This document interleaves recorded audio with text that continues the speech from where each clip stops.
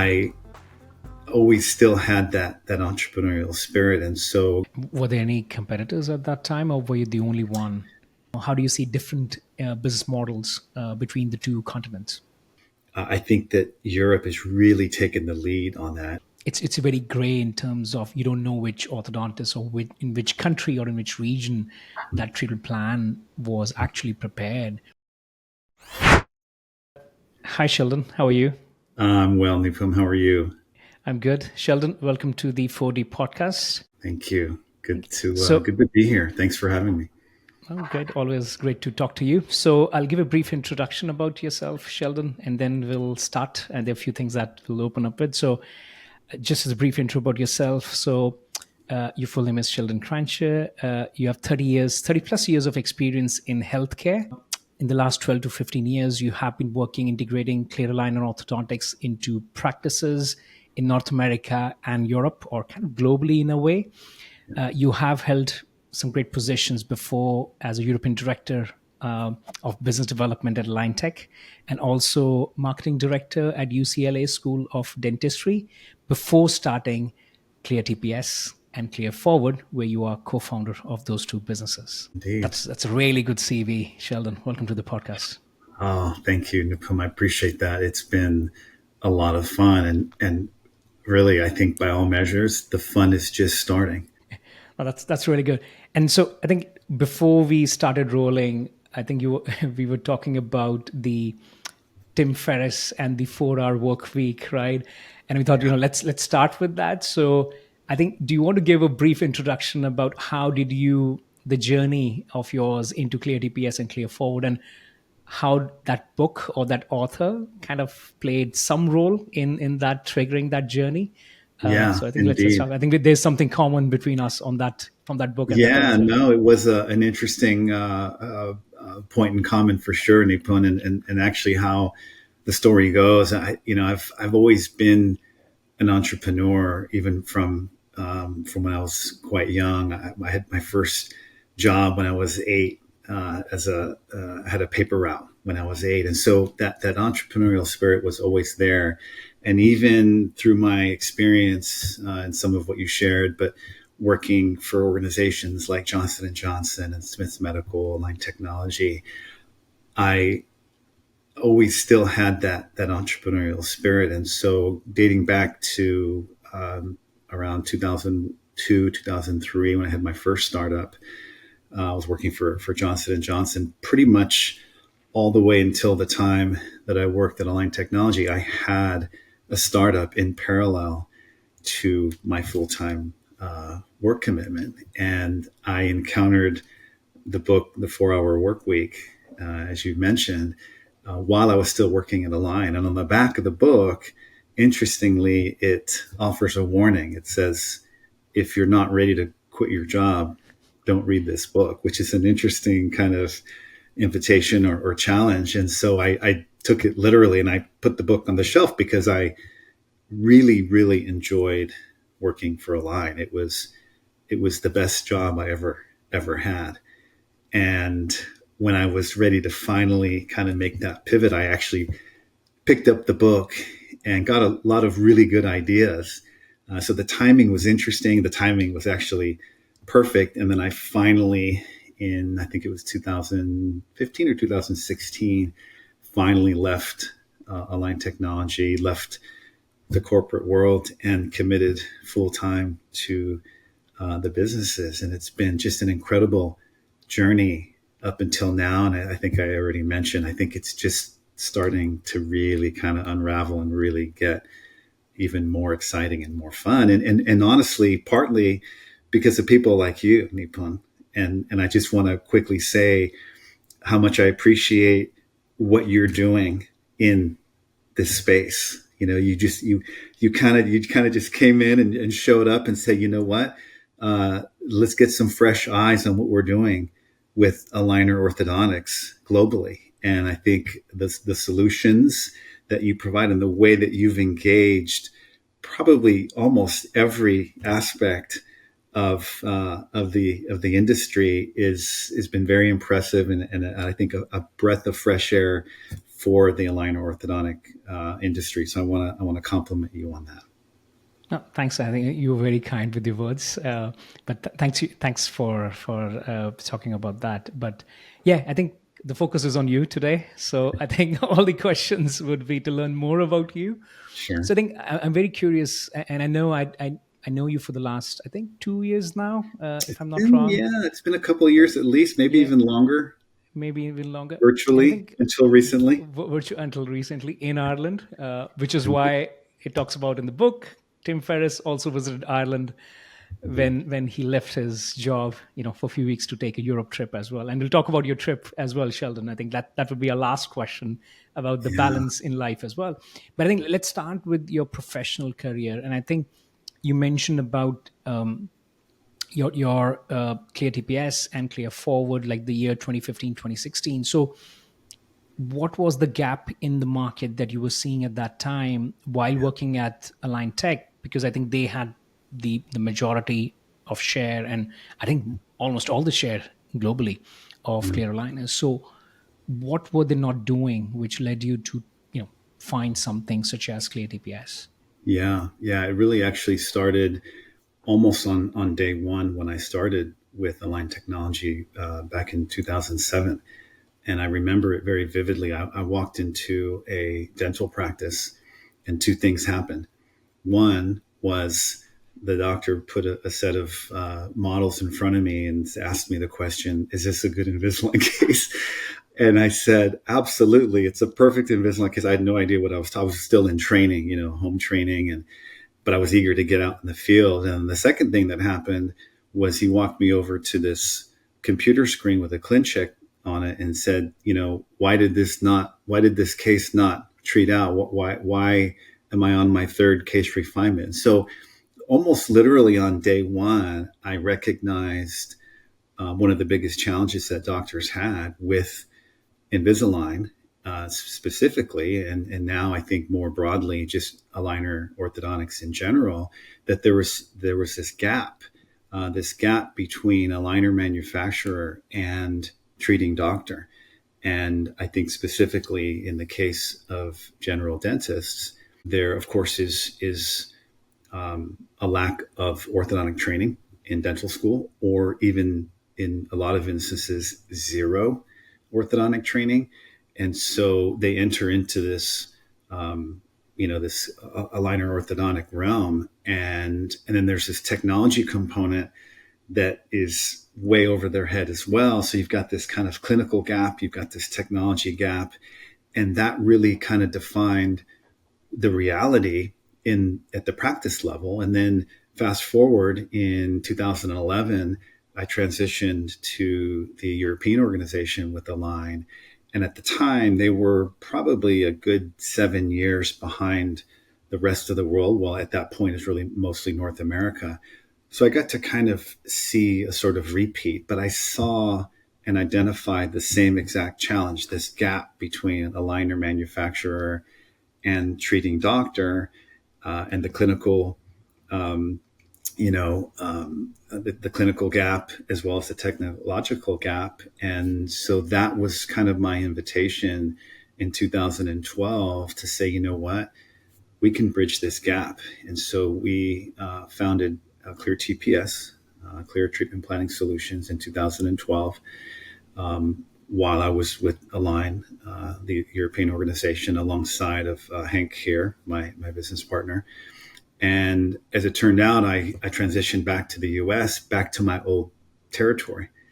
And so I had this solution in my bag that really served the very specific needs of the general dentist in particular. Now, one other piece I think is worth mentioning, I worked very, very closely with Sandeep Kumar uh, while I was in Europe at Align, and got to know him very, very well, only to discover that he had been using a third party treatment planning service going back to 2009, 2010. So he was very forward thinking and very integral in really convincing me to kind of take that step to fill that gap on a much larger global scale.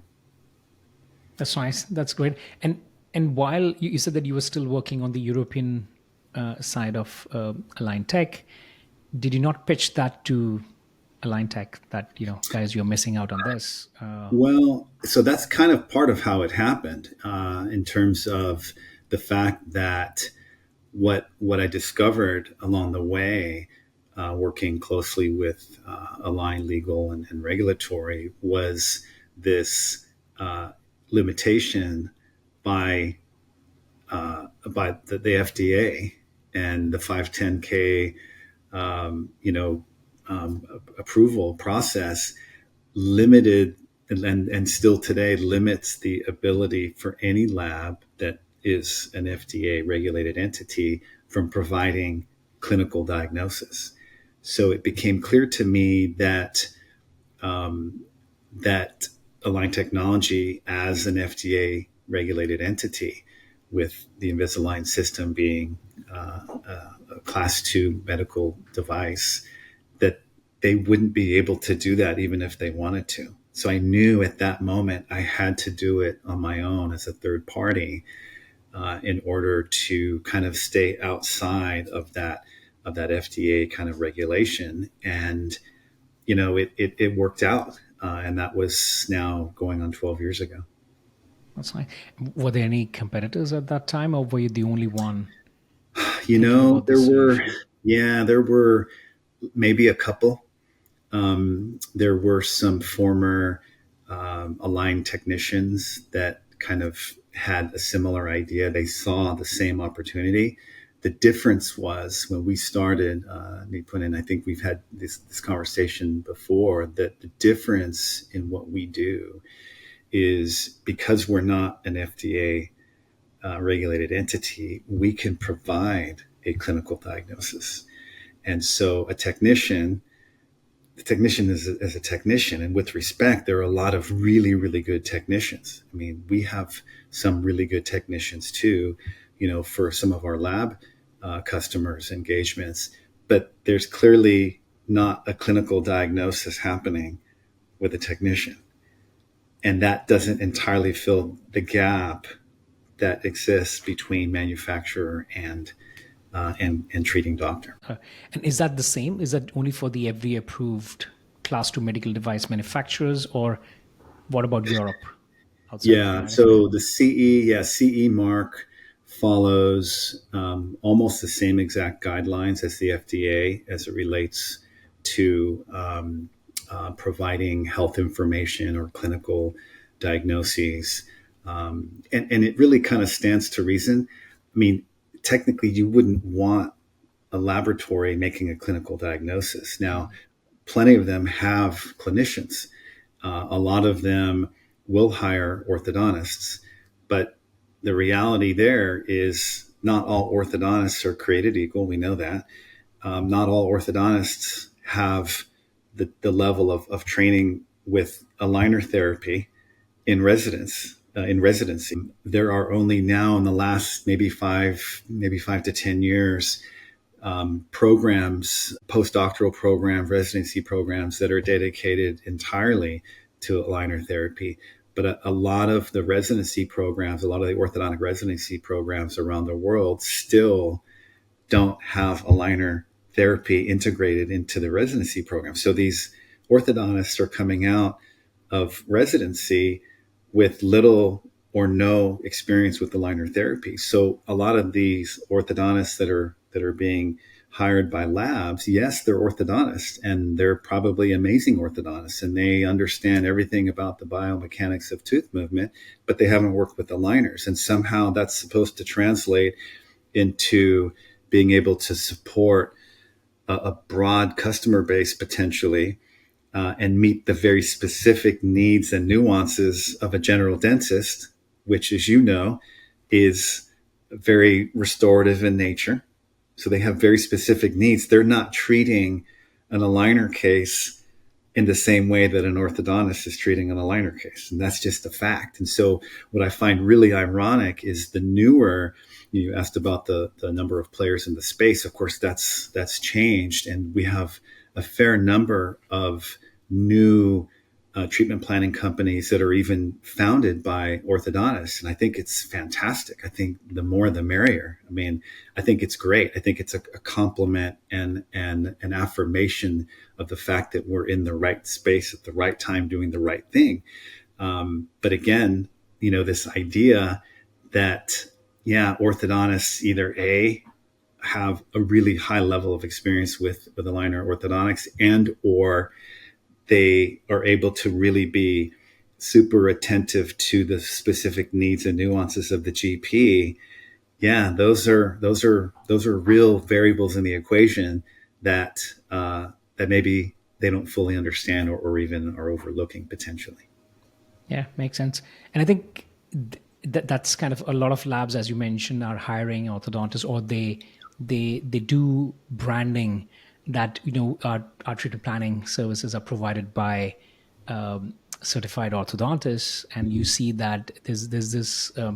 It's very gray in terms of you don't know which orthodontist or in which country or in which region that treatment plan was actually prepared, and it's kind of something that is a bit scary as well. And do you see that, Sheldon, like often happening? Like I think we see that quite often, and no one tells. There's no proper disclaimer about where that actual treatment plan was prepared. Yeah, no, you're absolutely right, and it is scary. And if anyone thinks it's not, they really need to reconsider. And we see it all the time. It's just fascinating to me that everyone in the world is an expert at aligner therapy. It's just that's kind of the perception out there. And I think we have conversations with labs all the time where they very confidently say, or they'll reach out to us and they'll have kind of an initial inquiry, or we'll do a test case or whatever, and then they very boldly and confidently say, no, we're fine, we have an orthodontist. And then 6 months later we'll hear back from them, and apparently things didn't maybe stack up to what either the orthodontist was saying, or what their perception or expectations were from the orthodontist. So I think there's still an opportunity there to kind of get it right. As I say, we don't mind having those conversations that come around 6 months later, or 12 or 18 months later. It's all good, and it's all in good time. And we're happy to kind of pick that conversation up and, provide a different level of service and meet or even exceed the expectations, because in the end, the proof is in the pudding. The proof is in the pudding, and the proof is in clinical outcomes. The proof is in, I think the most important metric is the number of refinements, because collectively in the aligner orthodontic industry and field, we have a refinement problem. We have a refinement problem, and that's mostly defined by some of the leaders in the space who literally have, an 80, 90 plus percent rate of refinement, meaning that 80, 90 plus percent of cases require at least one refinement. And we know why.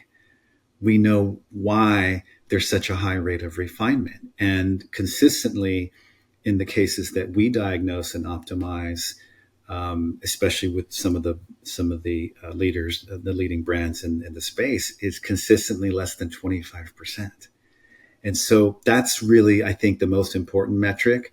But the proof is definitely in the pudding. And we not so much anymore do we discourage labs from kind of going it alone and going their own way. And I think the other thing that's worth mentioning, Nipun, is that with mild to moderate cases, you're going to have a certain level of success. It's kind of built in, that predictability is kind of built in. There's not a whole lot that can go wrong in 10 or 12 stages, or even 15, depending. I mean, it still requires an accurate diagnosis. It still requires attention to detail in terms of how that digital plan is optimized, but there's a little bit less that can go wrong. And so I think it provides a certain false sense of security.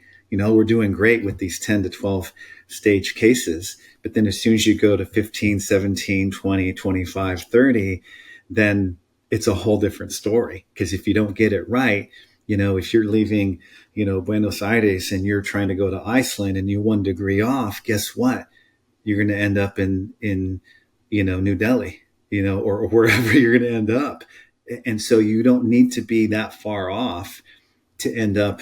And of course, that's a cost variable in terms of the number of stages, the number of aligners that you're manufacturing, refinements, chair time. I mean, there's a cost across the entire spectrum of the aligner orthodontic process.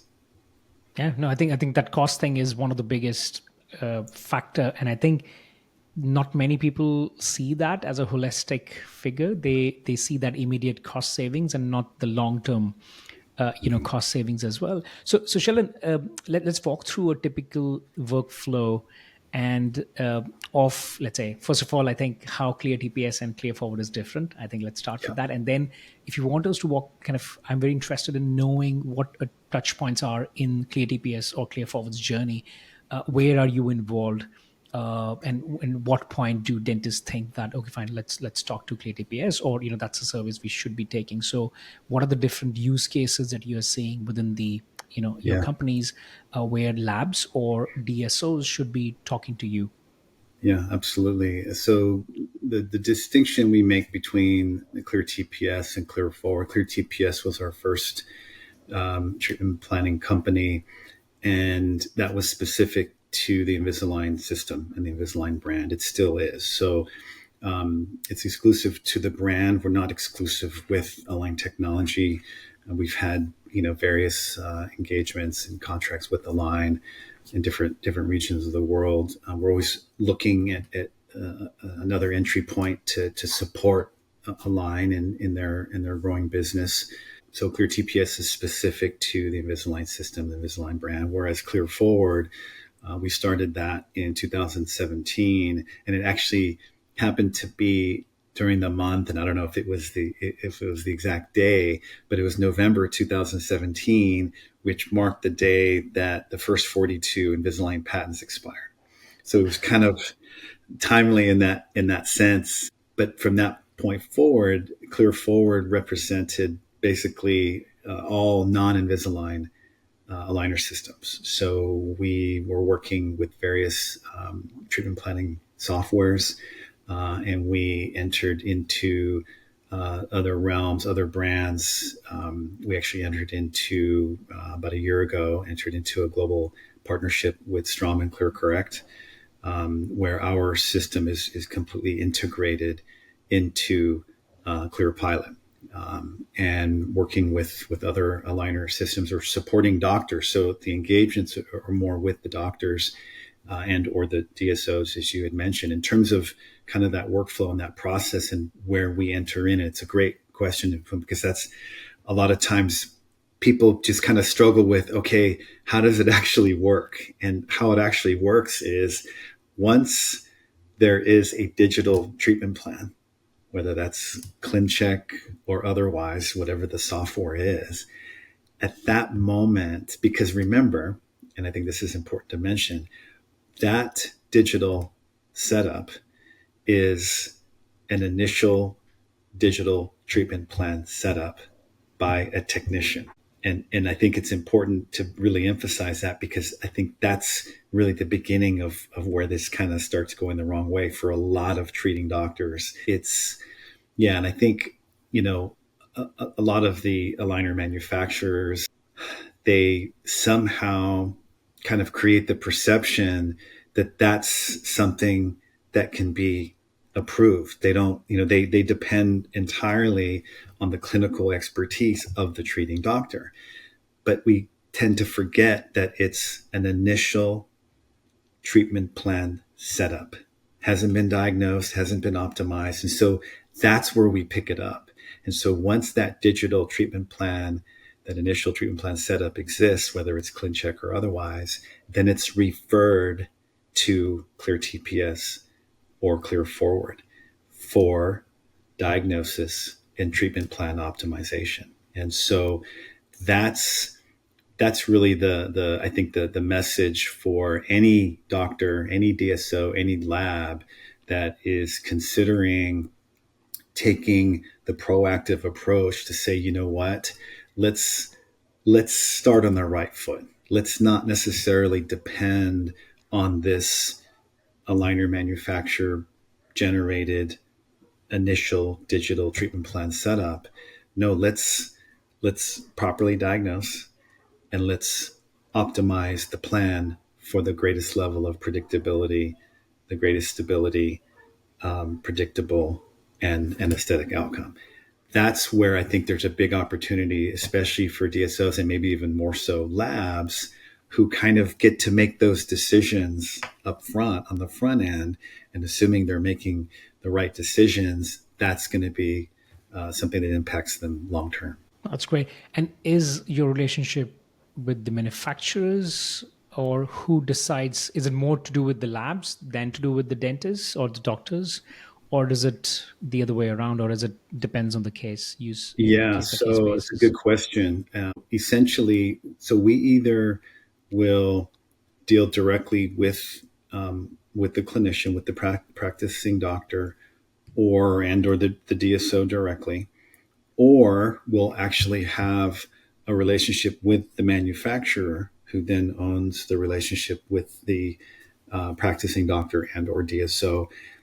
So it's really, yeah, we have different levels of engagement. Do we have a preference? Not necessarily. I mean, we can support literally any doctor in any market using any clear aligner system, any aligner software, if they're doing even in-house or if they have their own lab. We're engaging more and more with labs who are progressive in their thinking, and they understand the value of what we just mentioned about the proper diagnosis and the proper optimized treatment plan as a value to their doctors, to the doctors that they serve. And I think that the labs have a unique opportunity in terms of the very vast provider network that they have. I kind of refer to the labs as the next wave, even beyond the DSO realm. And for that matter, a lot of the labs have relationships with the DSOs as well. And so you have these massive lab networks that literally in the network of labs that they literally have a network of 5, 10, 15,000 practices. And so those are the next big players. You talk about the big players in the liner manufacturing world, you talk about the DSOs, but the labs and the lab network specifically have probably the next biggest opportunity to be really relevant. And we're working with a lot of them, the ones that really have that foresight and are taking those proactive steps to say, you know what, this is a really critical part of the process. We need to get this right. Let's engage with a diagnosis and treatment plan optimization organization. And why do you think that all the labs do not get it? Is it the scale of operation? Is it the most of the labs, like predominantly would be technicians who become lab owners or business owners? They expand.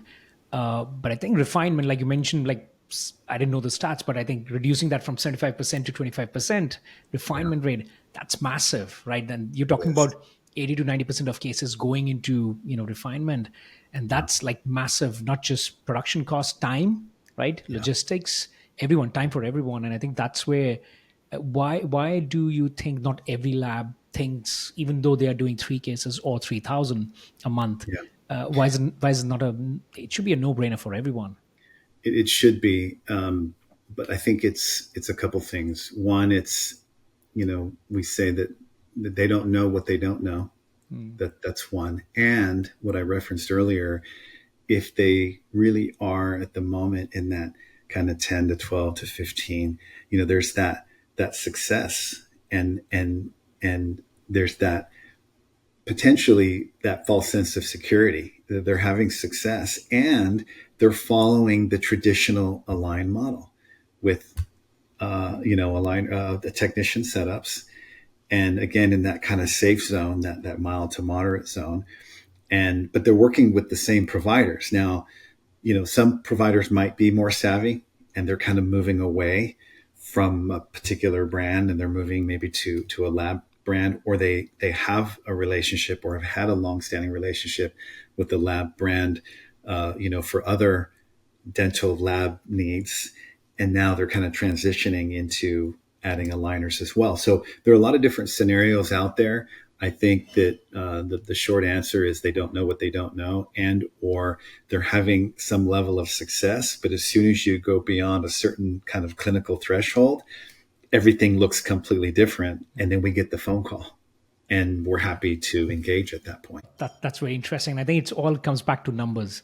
And I think once they Yeah, cross that threshold, as you mentioned, the false sense of success, yeah, right, for those yeah, minor cases. Yeah, no, that's cool. So, Sheldon, very curious. I think I never asked you that question, but I think you sit on both sides of the pond or Atlantic Ocean or whatever you want to call it, right? So there's one massive market, US, and then there is a growing European market as well, and you have team across both the continents, right?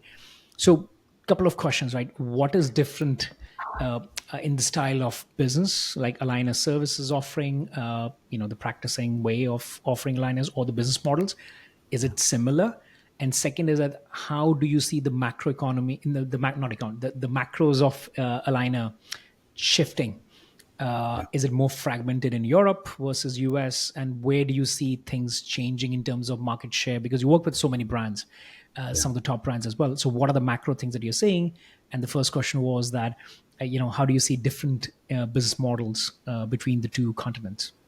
Yeah, yeah, very, very different. I think the first question, in terms of how, say, North America differs from UK, and in Europe, and even UK is kind of nuanced, compared to Europe. Those are the major markets that we operate in. And of course, we operate in the Middle East and Asia Pacific as well. And to a lesser extent, Central South America. That's one market that has kind of evaded us. It's very, very price sensitive. The biggest market, of course, being Brazil in South America. But looking at the two major markets, North America on one side, UK and Europe on the other, I would say that North America, US in particular, is kind of really set in their ways in many respects.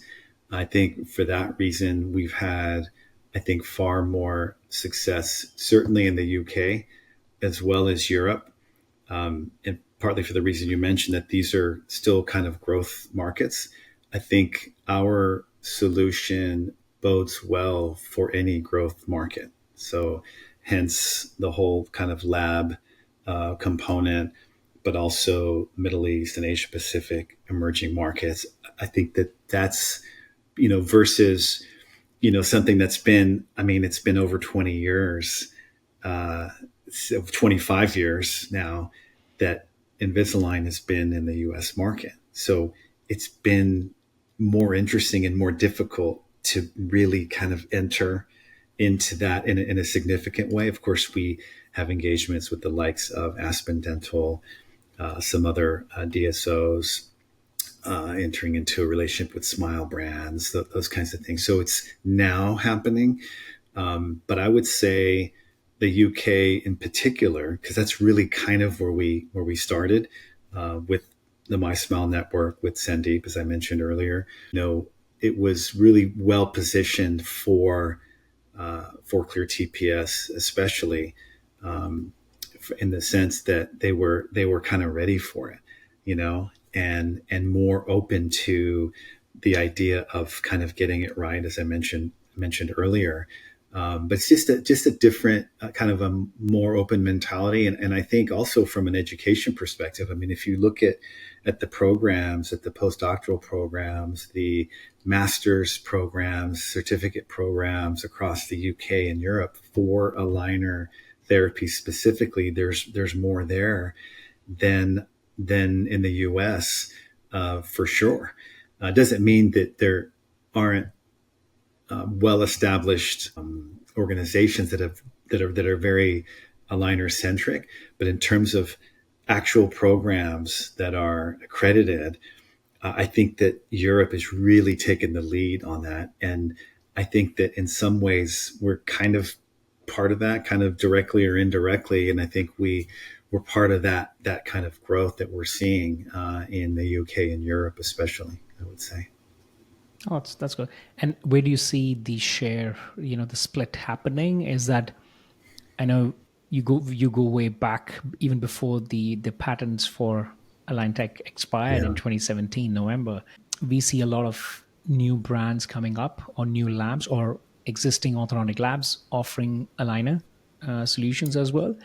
What's your observation of the shift in this, share? Is that a Yeah. net zero, or is that you see the market growing as well? No, I think it's definitely growing, and I think partly because the overall awareness and level of education, and partly for the reason I mentioned about the different programs, that's I think a major contributor to the growth, but also the new players. And I think that, you know, being in the number one spot is always a difficult place to be. So I think that I think Invisalign is really starting to feel the pain from a competitive perspective. I think that, they still quarter over quarter are still pulling rabbits out of the hat. It's always kind of, I always sit on the edge of my chair every time, the numbers come out every quarter. And it's like, oh my gosh, they did it again. But of course, a lot of that growth is in emerging markets, right? But I think they're the ones that, of course, stand the most to lose. Right? I mean, they're the target for everybody.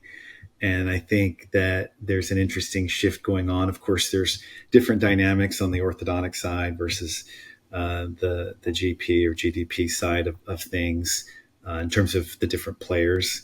Like, for example, Spark and Angel Align, they're really going for the orthodontists. And of course, you look at Spark specifically as an Ormco company, they're a proper orthodontic company, and they have a global footprint, and they have and have had and will continue to have the largest footprint of orthodontists anywhere, and certainly compared to the likes of Align Technology. And so I think Spark has they're positioned, I think, very uniquely in that regard. I think Angel is a little bit of a different story, but still kind of that orthodontic segment target. GPs, of course, that's more of a clear correct kind of play. Of course, they're equally interested in the orthodontic segment as well, but it's just a whole different kind of dynamic. Sure Smile has an interesting position as well, and then collectively all the labs. So I think the labs have a unique position and offering to the GP segment for the reason I mentioned before. Any one lab has potentially a significant footprint and network of dental practices. So they have the client base, which sometimes that's the hardest part to get. I mean, that's the biggest challenge usually. Well, in the case of a lab or a network of labs, that's not the challenge. The challenge is making sure that they're delivering on clinical results and getting to support and having a streamlined workflow. As all of that matters way more because you already have the client base, you already have the network of practices. So I think that all of that to say, in the GP segment, it's a game of converting a lot of practices from Invisalign to, again, the likes of ClearCorrect, Sure Smile, but also lab brands.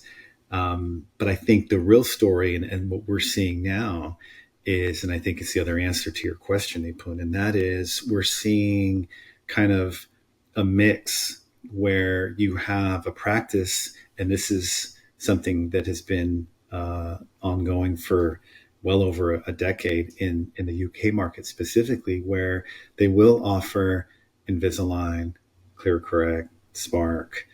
They'll have multiple aligner options, and then lab number one, lab number two, whatever their brand is. And so we're seeing that kind of permeate even beyond the UK market, where it's a normal thing to have a leading brand, maybe a secondary brand, and then a lab brand, and then maybe even an inside, an in-office, in-house option as well. So I think that's probably more indicative of where the whole thing is going. it's going to be that kind of mixed approach. And I think that probably makes a lot of sense for a lot of practices, and I think a lot of DSOs as well. And do you see a lot of labs, or let's say the DSOs, offering their own brands now? Like I know you mentioned about Aspen, and we see some key orthodontists coming up with their own aligner brands because they have the reach. They may have been in align faculty, and they have that reach, so they come off that stage and start their own aligner practice or aligner brand. Do you see that? Is that a shift that is happening in US as well? Because we see some of that, hints of that happening in UK. Yeah, no, I think that Aspen, by all measures, really kind of led that charge. And I know you know my friend Sarah Sharstein Yeah. pretty well, and she was an integral part of that whole launch, that whole concept. And you have a lot of DSOs, and as you mentioned, a lot of orthodontic practices are kind of looking at a similar model where you have your own branded aligner. I think it makes a lot of sense. I think that that's more available, more accessible now than ever before, a large part because of the different labs, different manufacturers out there, which is great for us because they still have the same challenge as any other aligner system on the planet. And so it just means more opportunities for us. And I think it's great because it's not a matter of if, it's just a matter of when that they kind of come full circle. Because when they either get to a certain scale, so it's not just clinical complexity. So I mentioned earlier a couple times where you kind of get to that clinical threshold of clinical complexity that you then need to relook at the whole business model. But then there's a volume component as well that, and this is true for a lot of Invisalign providers today, that, they actually proactively limit the number of cases they submit because they don't have the time to manage their ClinCheck treatment plans. And they certainly don't have time to manage, if almost every case is going into a refinement. It just doesn't make sense. It doesn't make business sense. So there's kind of a dual application there. There's a clinical application, but there's also an efficiency application. We can support one or the other or both. And those are both very real scenarios that I think more and more providers, especially orthodontists, are considering. It's like, these orthodontists, these high volume orthodontists, it's like, becomes a matter of the question of, okay, do I want to, go to my son's birthday party over the weekend, or bring my wife out to dinner and a movie, or do ClinChecks? It's like, which is it? And so quality of life, I think, is increasingly important consideration for a lot of these doctors, especially the high volume. Yeah, and also patient satisfaction, right? So if you do it right, you don't have to, hear from that patient for that reason, right? You obviously want to hear it for other reasons, but I think that's also something people miss out on because it's difficult for them to quantify it initially when you're not running at that Indeed. volume and operations. Yeah, no. And I think you hit on another really important point, and that is, and I'd referenced it earlier in a slightly different context, but clinical outcomes matter. And they matter because patient satisfaction matters. And when you're coming back for a second and third refinement, that's a problem. It's not only a profitability problem, it's a patient experience problem. And the likelihood of them referring a patient knowing that the experience they had was, especially, and this is kind of my favorite kind of scenario to refer to, is when that first refinement has more stages than the initial phase of treatment. That's always an interesting conversation. It's a very interesting, it's a troubling conversation, but that's kind of the beginning of the end with that patient. And you don't get a do-over. Yeah, you get a refinement, and it's free because it's not free because you're spending chair time, staff time, etc. So first of all, it's not free. Second of all, you don't get a do-over with the patient in real terms, in reality. And so you might lose the patient and the potential for opportunities or referrals. And we call that opportunity cost. So there's a real opportunity cost associated with not getting it right. Yeah. Absolutely. I think, and that's something that is part of the story, It that you is. get that 1 hour back each day, which is Yeah. much more valuable for you for a balance kind of in your life, and maybe you can see more patients in that time. Yeah. So that's interesting take. Do you see? I'll ask a very random question. Do you see a world without Invisalign? No, no, that's like asking the question, do you see a world without Coke? Right. Yeah. I think there's Pepsi, and then there are all the other kind of off brands, right, of Coca-Cola type drinks. And so, they're a leader in the space for a reason. They will continue to be a leader in the space. I mean, they have led the effort. Of course, in various ways that we've made reference to, you have, these other liner brands that are following the leader, as they should and as you would expect them to. Of course, that doesn't always mean the right thing, especially when there's a upwards to 80, 90+% rate of refinement. You have all these aligner brands that are now following the leader and experiencing those same challenges Hmm. as it relates to doctor experience in terms of the initial digital technician setup, and going back and forth and back and forth. That whole part of the experience is a real challenge and a real struggle for a lot of doctors, for a lot of aligner brands. So they're following that, and then they're following the upwards to 80, 90+% rate of refinement. So I think that the competitor brands have an opportunity. Of those brands have really taken a proactive approach and invested in relationships and technology with third-party treatment planning companies like ourselves. But I think the labs have even more of a significant opportunity of getting it right, because they're independent and they're agile. I mean, they can make these kinds of decisions. Sometimes they're making a little bit of a different decision, as we mentioned earlier. No, we're good. We have an orthodontist, or we have, a great team. And, there's no doubt that they do, but it's only going to get them so far.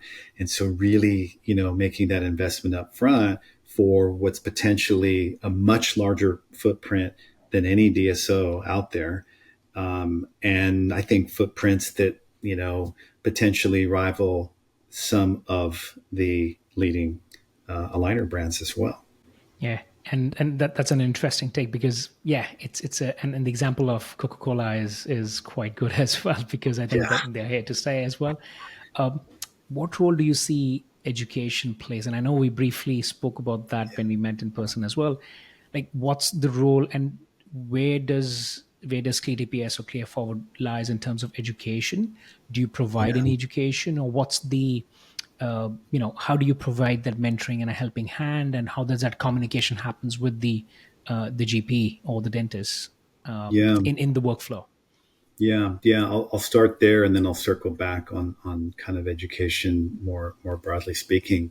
But what we essentially do when we've made that clinical diagnosis, when we have optimized that initial digital treatment plan setup, we are communicating with the treating doctor in a way and at a level that is very educational. I mean, we are going into great detail on what the clinical diagnosis is, which of course means a lot more to a GP, or a GDP than it might to an orthodontist. But and then, of course, the treating doctor being able to take that information and relate it to what they're actually seeing, not only in the optimized digital plan, but also clinically with the patient. And so that's a type of education that doesn't exist, because the traditional method of education is, okay, here's our aligner system. This is how it works. This is how you submit a case. Here's some educational resources that, by the way, are fantastic. And listen to our amazing speakers who show nothing but incredible cases that you can maybe dream about treating. Hmm. That's kind of what the current education looks like. Because after that course, or if they follow a series of courses, and they're great courses, so no criticism, no judgment, at all. I mean, we're talking high level courses, but the treating doctor's ability to then take that to chair side and take that to a case, that's always a different story. And I say that from the perspective of having spent a number of years in continuing education at one of the most esteemed universities in the world, at UCLA. And I saw it, and not just, not necessarily in the context of aligner orthodontics, but literally every other treatment modality. They take a course and then they go back to their practice. And we had clinical courses too. I mean, we had mini residency where they were treating patients in the clinics at UCLA, and I saw it real time. I saw what it looked like when they take the continuing education course and now they're treating the patient. There's a gap, Nipun. There's a real gap. And that gap exists in the aligner orthodontic world all the same. And so when you have these aligner manufacturers that are kind of for the most part, owning the education. Of course, that's again changing. There are a lot of fantastic education organizations that are providing a different level of education. The gap remains, the ability to then deliver. And so our belief is, and my belief has been for some time, is to take essentially what we do from an education perspective, as I described it, that kind of one-on-one, case by case, educating the doctor real time, essentially, taking that and coupling it up with some of these education programs, which we've done, by the way. So we've done it with Jeffrey Hall, with OrthoEd down in Australia, New Zealand. He's got an amazing program. He's been doing it for over 20 years. I mean, he's a true leader in the space. So we've been very fortunate to be partnered with Jeffrey Hall, OrthoEd. Also, Stefan Reinhardt with the Clear Institute. We've been working very closely with them as an integrated solution. And that's really the answer. The answer is education plus support. Education, aligner education, and diagnosis and treatment plan optimization support together, integrated, so that we can then address both the clinical needs and nuances and or the efficiency once you get to a certain volume, that you can then tap into a partner. And you should continue it. That's why they call it continuing education. I mean, it's a requirement to maintain the license, right? And so, but there needs to be that component, that support component integrated into, I believe, any education program. There has to be that diagnosis and treatment plan optimization component to complement the education. And how's the support angle different from mentoring? So let's say there's the clear TPS world, right? So then you're kind of helping them with the diagnosis of the and optimization of the plan. That's one side of more of a support. So there's education, there's support. Would they still need mentoring after that, or is mentoring the pre of the clear TPS world? Yeah, it's a good question they put in. It's a good point of maybe clarification or making the distinction. I believe that the support, that I kind of use the words interchangeably. I think support slash mentoring. I think there's always room for mentoring. I think that what we do in many ways is mentoring. And so when you consider the maybe the extended level of service that we provide to doctors, for example, on every first case that we do with every new doctor that chooses to partner with us, we will do what we call the clinical welcome call, and we'll actually walk through the entire case with them. And we have extended services like video consultation. So we have that mentorship kind of component kind of built into the support. So I kind of use those words interchangeably. So if we kind of put those in one bucket, kind of support, mentorship, I think that there's a very strong case to justify that being again, an integrated part of that education. And they all need to be ongoing. I'd say education, support, mentorship, they're all absolutely necessary. They all work together, and they should all be ongoing. Makes sense. No, makes sense. And I think that's where it's not either or, it's both. Yeah. And it's just like going to a gym. and having a Yep, coach, right? You exactly, can't, if you leave it, exactly. Yeah, you're back to square one. that's right. Cool. That's right. Sheldon, The good last two stuff. questions, right? Uh, First is the second last one is that, and we ask this question everyone, with everyone who comes as a guest to the podcast, is what are the trends, three trends that you're seeing? For you, it's specific to, let's say, aligner world. What three trends are you seeing? And it's an interesting take from you because we don't have too many guests from across the Atlantic. So again, your take is very important. And then we'll go to the last question after that. But yeah, what's your observation? What are you thinking of about the trends Yeah. happening? So I think the first, and as it relates to probably mostly what we've talked about today, Nipun, is the integrated solutions. I would say that's a critical trend for the orthodontic aligner space, where there is an integrated TPO solution across the board. I think I mean, it's already started. There's really no stopping that. It's becoming more and more of an apparent need in the marketplace, and frankly, a demand from the doctor. So I would say an integrated TPO solution would be the first. I think the second, and not unrelated, is the use of intraoral scanners. I think we're finally at a place where it's becoming more mainstream, and that's also not so much anymore a matter of if, but when. We're working with some labs that are taking some very innovative approaches where they are facilitating the placement of a scanner specifically for to facilitate or increase the utilization and submission for aligner cases specifically. And so we're involved in a lot of those projects. So I think that we finally, and that's on the lab side of the business. And I think that's an interesting kind of trend where, the reality is that we need to get intraoral scanners in every practice. It needs, I mean, it's already the standard of care. And if it's not, it should be. So I would say scanner technology, I think, is critical. And of course, there's an integration component as well, where you take that intraoral scan, and we are partnered with some of the leading scanning technologies worldwide, where we have an integration.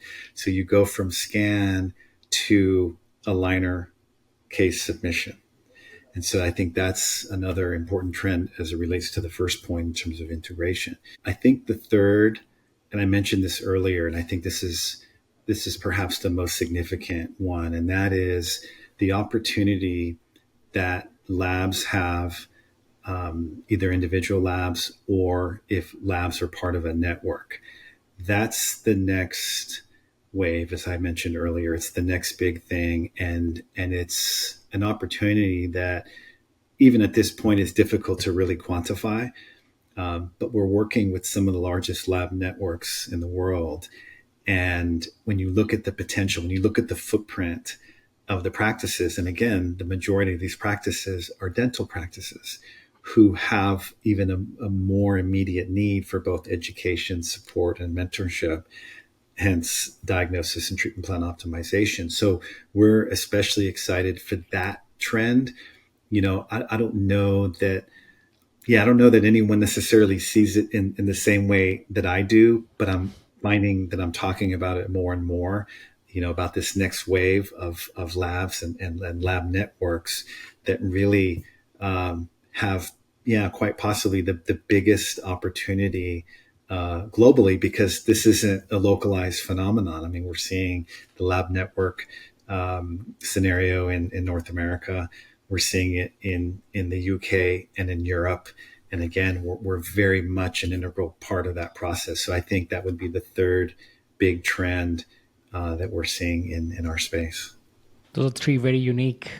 trends that anyone has Yeah. mentioned. So this is my eighth episode, and I'll give you the credit for that. So these are very different three trends. So thanks for sharing that. And it's a unique, and I think I do agree to certain, at least the lab network, we are seeing that happening in the UK and Ireland as well.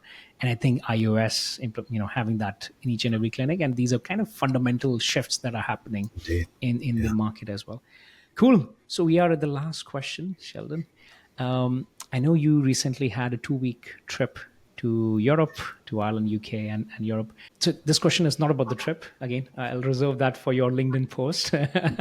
But I think what's a day in your life like, and how do you create that balance in your life? So how does it happen? And I know things have changed quite a bit since remotely working and in the office, but like how when do you start your day and what happens after that?